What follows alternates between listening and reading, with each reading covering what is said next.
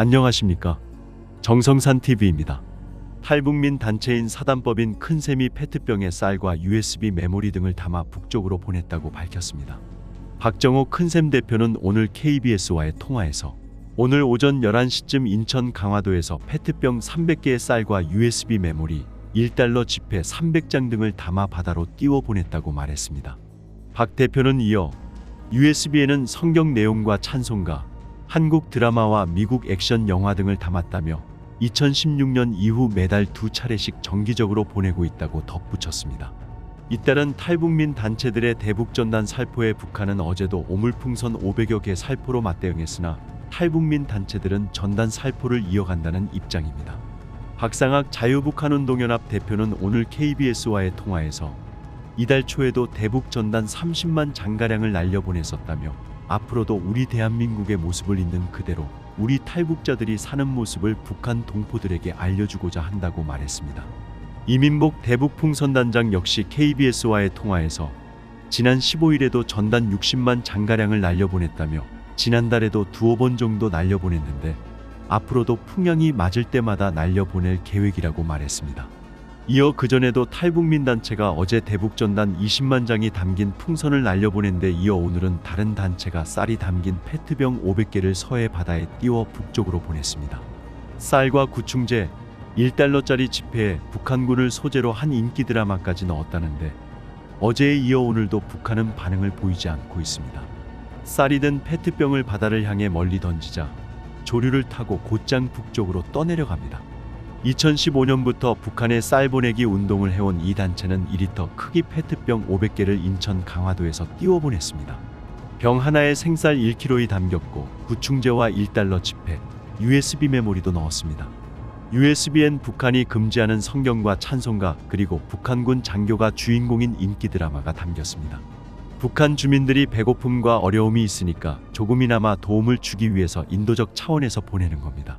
어제 새벽 한 탈북민 단체가 대북전단 20만 장을 날려보낸 데 이어 다른 단체들도 주말 남풍이 강하게 불 때 한반도 야간위성 사진 등이 담긴 전단을 추가로 살포할 계획입니다.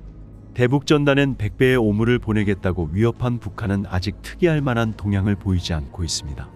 군 관계자는 전방 상황을 예의주시하고 있다고 했습니다. 이런 상황에서 북한이 오물풍선을 날려보낸 지난 1일 저녁 풍선 살포가 예고된 상황에서 파주를 총괄하는 육군 1사단 사단장이 술을 마시다 살포 시점 당시 작전 통제 현장에 복귀하지 못한 걸로 전해졌습니다. 북한 주민의 삶이 얼마나 처참한지를 보여주는 사건이 또 발생했습니다. 북한 당국은 대북전단 속 USB에 담긴 한국 드라마를 봤다는 이유로 중학생 30여 명을 지난주 공개 처형했습니다. 지난달엔 고교생 나이인 30여 명에게 무기징역과 사형을 선고한 적이 있었는데 그만큼 북한의 청소년 인권이 참담하다는 걸 고스란히 보여주고 있습니다. 탈북단체들이 지난달 대형 풍선을 날려보내는 모습입니다. 전단과 함께 한국 드라마가 저장된 USB 메모리도 담겼는데 북한이 최근 고강도 처벌에 나선 것으로 알려졌습니다. 정부 당국 관계자는 풍선에서 USB를 주워 드라마를 보다 적발된 중학생 30여 명이 지난주 공개 총살된 것으로 파악됐다고 전했습니다.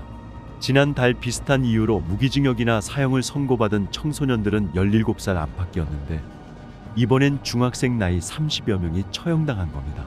통일부 북한 인권 영상 보고서 순식간이었습니다. 옛날 같으면 교화형 1년이었을 텐데 처벌 수위에 놀랐습니다. 탈북단체가 바다로 띄워보낸 쌀 페트병에도 북한이 신경질적인 대응에 나섰습니다. 정부 당국 관계자는 페트병을 주워 밥을 지어 먹었다는 이유로 몇몇 주민이 노동교화형을 받았다고 전했습니다. 북한은 대북전단을 통해 코로나 바이러스가 유입된다며 발견 즉시 태우라는 김정은의 지시까지 전파했는데 어려운 식량 사정에 제대로 통제가 되지 않는 상황입니다. 북한 주민을 다 죽일 순 없을 겁니다.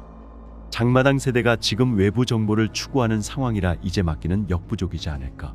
북한의 극단적인 공포 통치에도 장마당 세대로 불리는 젊은 층의 저항은 계속될 거란 관측이 나옵니다. 통일부에 따르면 작년 말 기준 국내 정착 탈북민은 총 34,078명. 정부는 이중 특히 MZ세대 탈북민에게 주목하고 있다. 정부 관계자는 북한의 MZ세대는 국가 배급이 아닌 자력으로 살아온 장마당 세대라며 단속을 피해 남한 영상을 보고 말투를 따라하는 청년 세대가 김정은 체제 균열의 단초로 작용할 소지가 있다고 했다. 평양에 있을 때 한국 드라마가 얼마나 인기였나. 밖으로 소리가 들리면 안 되니 입을 뒤집어 쓰고 이어폰 꽂고 봤다. 세상에서 가장 행복한 일이었다. 신사의 품격을 가장 재밌게 봤는데 하지 말라는 걸 몰래 하니까 그렇게 행복할 수가 없었다. 학교 가면 친구들은 전부 나만 영화 드라마 본 얘기만 했다. 걸리느냐 안 걸리느냐의 차이였지 대부분 다 봤다. 김주애도 봤을 것이다. 한국 드라마는 어떻게 처음 접했나. 10살 때 친구네 집 놀러 갔을 때 친구 언니가 드라마를 보고 있었다. 처음엔 한국 드라마인 줄 몰랐다.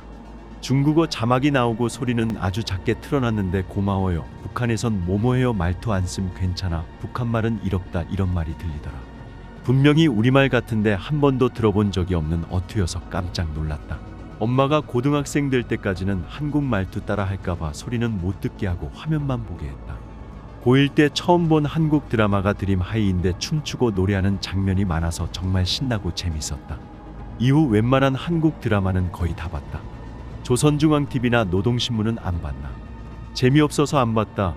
사람들 대부분 안 본다. 거기서 하는 얘기가 죄다 거짓말이라는 것도 사람들이 다 안다. 김정은이 남한 말투 사용을 금지하는 법까지 만들었는데 안녕도 안 되고 괜찮아도 안 된다는 거다. 남한 말투를 따라 하지 말라니 우리가 쓸 말이 없더라. 머리 염색도 안 되고 옷차림도 반바지는 안 되고 말투도 이래라 저래라. 한국 오니까 그런 제약이 없어 너무 좋다. 드라마 본다고 사람을 죽이는 게 말이 되나. 폭동 일어나면 좋겠다. 말 한마디 잘못하면 다음날 사라지니까 사람들이 무서워서 말을 못하는 거지. 누군가 총대만 매준다면. 북한에 있을 때 단속당한 경험은 초등학교 3학년 때 언니 휴대전화 들고 밖에 나갔다가 보안원한테 걸렸는데 언니가 친구 번호를 별명으로 저장한 게 문제가 됐다. 별명은 사용하지 말라는 거다. 집에 안 보내줘서 엄청 울었던 기억이 난다. 10여 년 전만 해도 한국 드라마보다 걸리면 30-50달러면 해결됐는데 지금은 엄청 올랐다. 사람들이 반농담으로 한국 드라마 보려면 옆에 10,000달러는 놓고 봐야 한다고 말한다. 김정은이 김주애를 자주 데리고 나오는데 다들 안 좋게 본다. 할아버지 뻘 되는 군 간부가 어린애한테 무릎 꿇고 이야기하고 그게 뭔가. 북한의 김주애처럼 살지 빚는 애들 많지 않다. 김정은이 주먹밥 먹는다고 해도 북한 사람들 안 믿을 거다. 여기 와서 북한이 사회주의가 아니라 자본주의였다는 걸 확실히 알게 됐다. 어차피 각자 알아서 시장에서 돈 벌고 먹고 살아야 했고 국가에서 해주는 건 아무것도 없었다. 조금이라도 더 어릴 때 탈북하지 못한 게 아쉬울 뿐이다. 윤석열 대통령과 함께 미국을 방문한 김건희 여사가 현지에서 탈북민들을 만나 최근 북한이 한국 드라마를 봤다는 이유로 중학생 30여 명을 공개 처형했다는 보도는 북한의 잔혹한 현실을 그대로 보여준다고 말했다.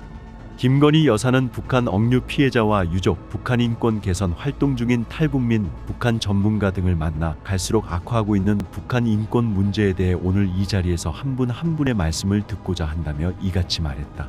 앞서 TV조선은 북한 중학생 30여 명이 탈북단체가 대북전단과 함께 날린 USB 메모리를 주워 한국 드라마를 봤다는 이유로 지난주 공개총살 당한 사실을 정부 당국 관계자를 인용해 지난 10일 단독 보도한 바 있다. 김 여사는 탈북민 여러분의 존재는 그 자체로 열악한 북한 인권 현실에 대한 증언이자 동시에 자유를 향한 희망의 등불이라며 여러분의 용기 있는 행동이 앞으로 북한을 변화시킬 수 있도록 저와 우리 정부가 끝까지 함께 할 것이라고 했다. 이어 우리 정부는 역대 어느 정부보다 북한 인권 개선에 강한 의지가 있으며 고통받는 북한 주민을 결코 외면하지 않을 것이라며 국제사회의 민간단체와 활동가들과의 연대와 협력을 통해 북한 인권 개선의 목소리가 더욱 크고 단단해지도록 함께 노력하자고 말했다. 김 여사가 미국에서 탈북민들을 만난 건 지난해 4월 국빈방미 이후 1년 3개월 만으로 김 여사는 작년에 이어서 두 번째로 지속적인 만남을 갖는 것이 큰 의미가 있다고 했다. 작년에 이어 김 여사와 다시 만난 오토 원비어의 어머니 신디 원비어는 아들의 이름이 새겨진 목걸이를 늘 하고 다닌다며 해당 목걸이는 오토의 고교 시절 공예 선생님이 디자인한 것이라 소개하기도 했다. 그러면서 김 여사께서 오토를 항상 기억해줘서 너무 감사하며 오토가 없었다면 오늘날의 내가 없었을 것이라며 김 여사에게 목걸이를 선물했다. 탈북민 김희혁 씨가 한국과 북한이 다른 점은 발언의 자유, 종교의 자유가 있다는 것이고 무엇보다 한국은 내가 이룰 수 있는 꿈이 있는 곳이라고 밝히자 김 여사는 매우 중요한 포인트라며 공감하기도 했다. 정성산 TV 좋아요, 구독, 알림은 큰 힘이 됩니다. 후원해주시는 모든 분들께 가열차게 멸공.